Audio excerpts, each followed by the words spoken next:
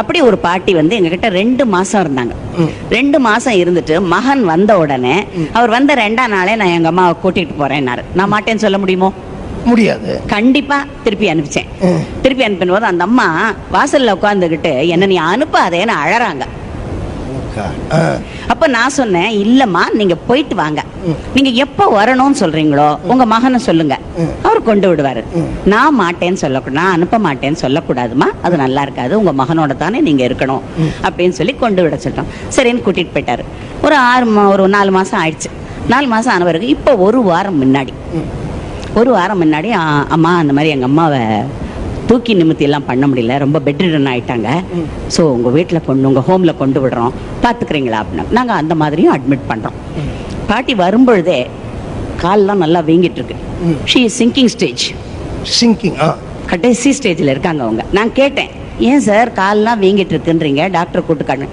ஒரு MBBS doctor கூட்டு காட்டினேங்க, அவங்க ஒன்றும் சரியா சொல்ல, நல்லா இருப்பாங்க, நல்லா தான் இருக்காங்கன்ட்டாங்க அப்படின்ட்டாங்க.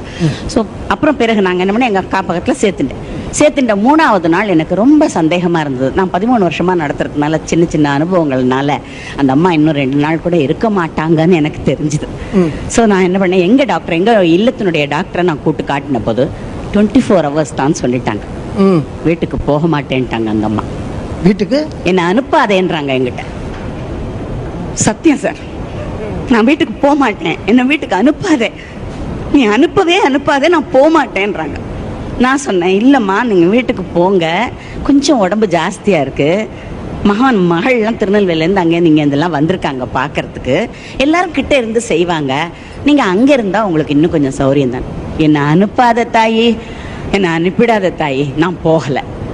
ஸோ இதை நான் எப்படி அந்த மகன்கிட்ட நான் கன்வே பண்ண முடியாது. அப்போ அவர் என்ன பண்ணாரு, வந்தாரு, என்ன சொன்னாங்க டாக்டர்னு கேட்டாரு. நான் இந்த மாதிரி 24 hours சொல்லிட்டாங்க, நீங்கள் என்ன பண்ண போறீங்கன்னு. நாங்கள் கூட்டிக்கிட்டு போயிடுறாங்க.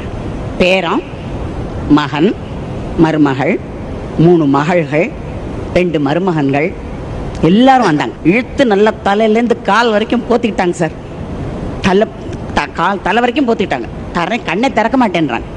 சரி, அதுக்கப்புறம் என்ன பண்ணாங்க, மகளும் மருமகளும் துளசி தண்ணி கொஞ்சம் ஊத்துறோம். ஊத்துங்க, துளசி தண்ணி ஊத்துறோம்னா வாயில ஊத்துறோம், கொஞ்சம் இது பண்ணுங்க, நீங்க அலோவ் பண்ணுங்க அப்படின்னு சொல்லி சொன்னாங்க. அலோவ் பண்ணுங்கன்னு உடனே நான் சொன்னேன், தாராளமா ஊத்தி பாருங்க.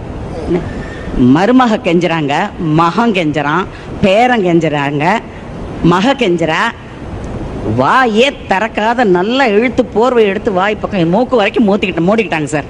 ஸோ அப்போ நான் என்ன பண்ணேன், சார் கொஞ்சம் இருங்க, தொண்டைக்காயிருதுன்னு தானே நீங்கள் ஃபீல் பண்ணுறீங்க, நான் வேணா கேட்டு பார்க்குறேன், நீங்கள் யாராவது ஊற்றலாம் அப்படின்ட்டு நான் சொன்னேன். நான் கையில் பால் ஹோம்லேருந்து கிச்சன்லேருந்து எடுத்துகிட்டு போய், அம்மா நான் வந்திருக்கேம்மா, கொஞ்சம் வாயை திறங்க, பால் வாயில் கொடுறேன், தொண்டை காஞ்சி போயிடும், ரொம்ப நேரமாக வாய் திறந்துக்கிட்டே இருக்கீங்க நீங்கள் அப்படின்னு. நம்ப மாட்டீங்க சார், போர்வை அப்படியே எடுத்துட்டு வாயை நல்லா திறக்கிறாங்க சார். நான் பால் ஊற்றினேன், மடமடன்னு சாப்பிடுறாங்க. அத்தனை பேர் மூஞ்சியும் செத்து விழுது சார். இதுல எங்க இருக்கு சார் குடும்ப பாசம்?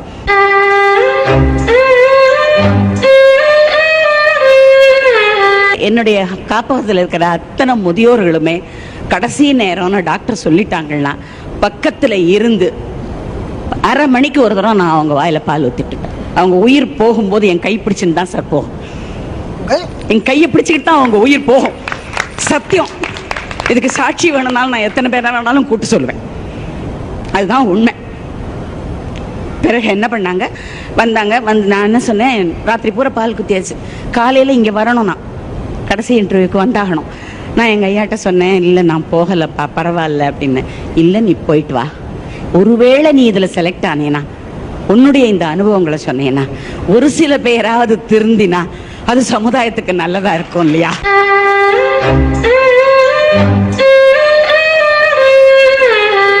இன்டர்வியூல உட்காந்துருக்கேன் சார், என்னால உட்கார முடியல சார்.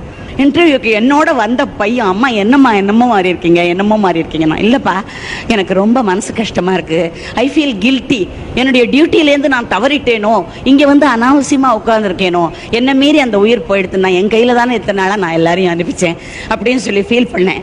உடனே அந்த பையன் அவனுடைய செல்லை கொடுத்து எங்க வீட்டு நம்பரை ஃபோன் பண்ணான். நான் ஃபோன் பண்றேன், 10 நிமிஷம் ஆறுது பாட்டி போய், அதனால தான் நீ இவ்வளவு வருத்தப்பட்டிருக்க அப்படின்னு எங்க ஐயா சொன்னாரு.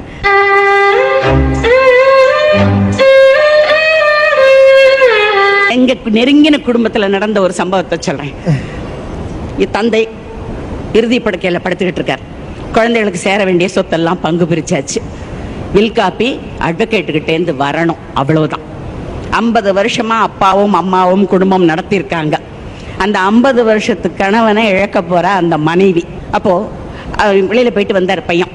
வந்த உடனே அம்மா என்ன சொன்னாங்க, பாருடா பெட்ஸ்வோர் வந்துருச்சுடா அப்படின்னு, பெட்ஸ்வோர் வந்துருச்சு, கிடப்புன்னு வந்துருச்சு அப்படின்னு சொல்ல போது ஒரு அடி நாந்தார்.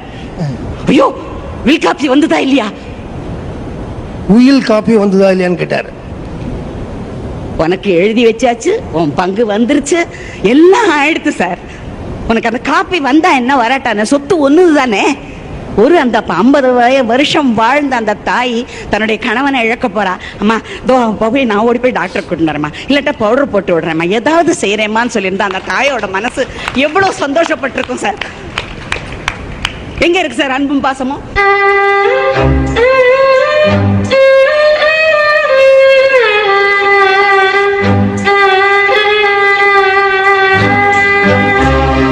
ஒன்றும் பேச முடியல. இன்னொரு கொடூரமான சம்பவம் தெரியுமா? தாலி வாங்குறதுன்னு ஒண்ணு உண்டு இல்லையா? கணவன் இறந்தாக்க தாலி வாங்குறதுன்னு ஒண்ணு உண்டு இல்லையா? அது பிராமண சமுதாயத்துல மகன் தான் வாங்குவோம், ராத்திரி 12 மணிக்கு தான் வாங்குவோம். மற்ற சமுதாயத்துல எப்படின்றது எங்களுக்கு தெரியாது.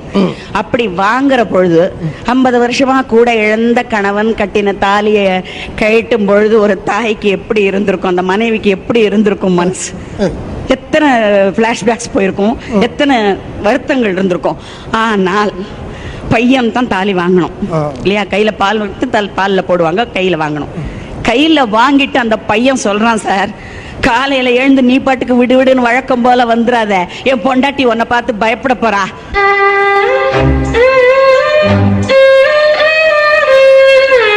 அந்த தாயுடைய உணர்ச்சியை புரிஞ்சுக்காத பையன் இருக்கிற வரைக்கும் குடும்பத்துல எங்க சார் அன்பும் பாசமும் இருக்கு?